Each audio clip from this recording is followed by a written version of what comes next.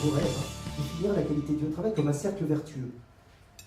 En fait, c'est un peu issu de Sigrist, mais l'idée c'est qu'un salarié qui se sent bien, il est plus motivé. S'il est plus motivé, il est plus engagé. S'il est plus engagé, en théorie, il est plus performant.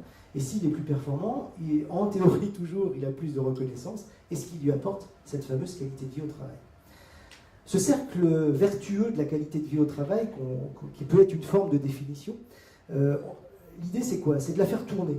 C'est de faire tourner cette espèce de roue du qualité de vie au travail.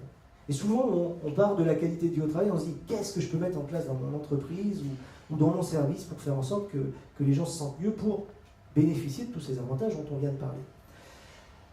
C'est une manière d'y arriver, et ça marche souvent. Mais on peut aussi se dire qu'on peut prendre le chemin, on peut lancer la roue finalement un peu de n'importe quel point.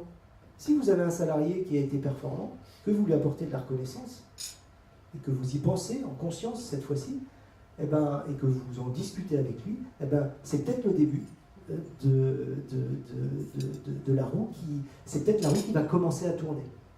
On pourrait imaginer commencer en allant peut-être travailler sur la population des gens que vous repérez comme étant motivés. Et puis peut-être montrer que les gens qui sont motivés, forcément ils sont plus performants et forcément ils ont plus de reconnaissance. Il y a plein de manières. L'essentiel de toute façon, c'est de faire tourner cette roue. Le ROI en matière de ressources humaines, c'est quelque chose qui est extrêmement à la mode. Le retour sur investissement, c'est très à la mode. Pourquoi? Parce qu'on a de moins en moins de sous dans les entreprises, on ne va pas se leurrer. Et comme on a de moins en moins de sous, tout ce qui paraît un peu subsidiaire, on se dit qu'il faut vraiment que ça rapporte pour qu'on accepte d'investir. Bon.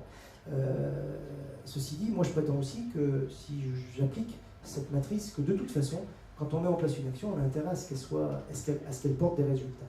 Alors, il y a finalement beaucoup de littérature sur la santé au travail, mais il y a très très peu de littérature sur ce que peut être le ROI, le retour sur investissement de mesures de qualité de vie au travail. Pourquoi? Parce qu'il n'y a pas beaucoup de littérature non plus sur la qualité de vie au travail.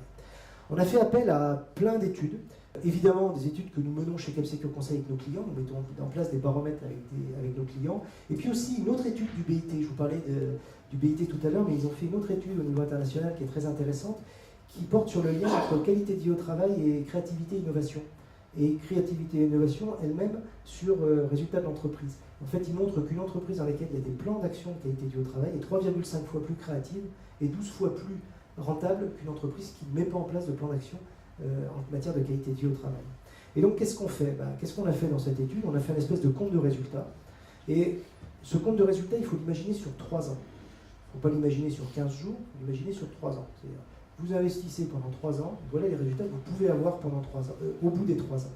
En sachant qu'il y a des résultats immédiats quand vous mettez en place des mesures de traitement en urgence des RPS et ensuite de mise en place de qualité de vie au travail. Vous avez des résultats immédiats, comme par exemple sur l'absentéisme. Par contre, il y en a qui prennent un peu plus longtemps, comme le turnover. Au début, coût d'accompagnement et de diagnostic, c'est quoi? Ça, c'est l'urgence RPS de tout à l'heure.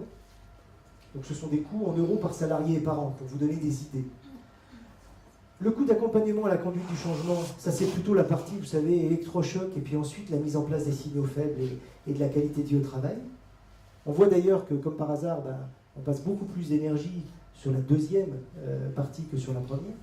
Et puis, il ne faut pas mésestimer le coût des investissements en termes d'infrastructures. On a vu tout à l'heure que les facteurs d'ambiance avaient de l'importance. Du coup, il ne faut pas mésestimer le coût d'adaptation de l'infrastructure.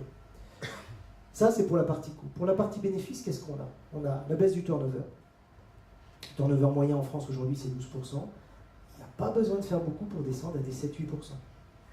Alors au début, on va en avoir un peu plus, puisqu'on va se séparer de gens, vous savez, ce dont on parlait tout à l'heure. Mais après, normalement, le turnover va se calmer très très vite. Le coût du turnover, c'est énorme. C'est un tiers de mois de salaire à chaque fois, quand vous prenez tout. Alors, il y a plein d'études sur le marché qui existent. Vous pourrez regarder sur Internet. Il y a des gens qui vous disent 20%, des gens qui vous disent 10%, des gens qui vous disent 2 ans de salaire.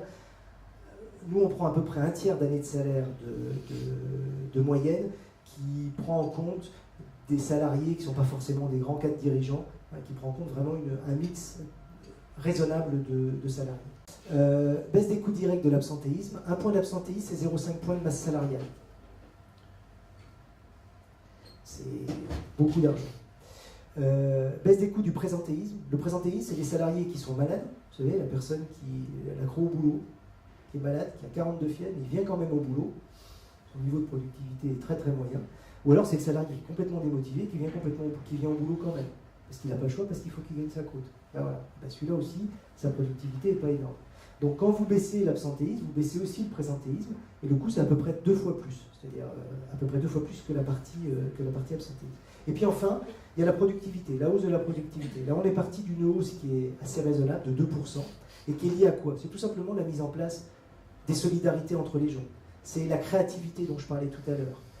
Toutes les études en matière de productivité sont en général beaucoup plus optimistes que celle-ci. Nous, on est parti juste sur 2% d'augmentation de la productivité. Et même si on n'avait pas pris la productivité en compte, vous voyez qu'on aurait largement, de toute façon, rentabilisé les actions de mise en place de plans de qualité de vie au travail.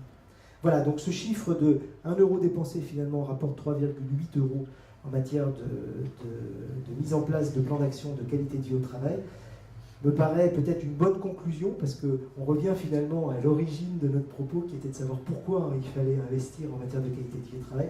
Je crois que ça nous donne des éléments de réponse.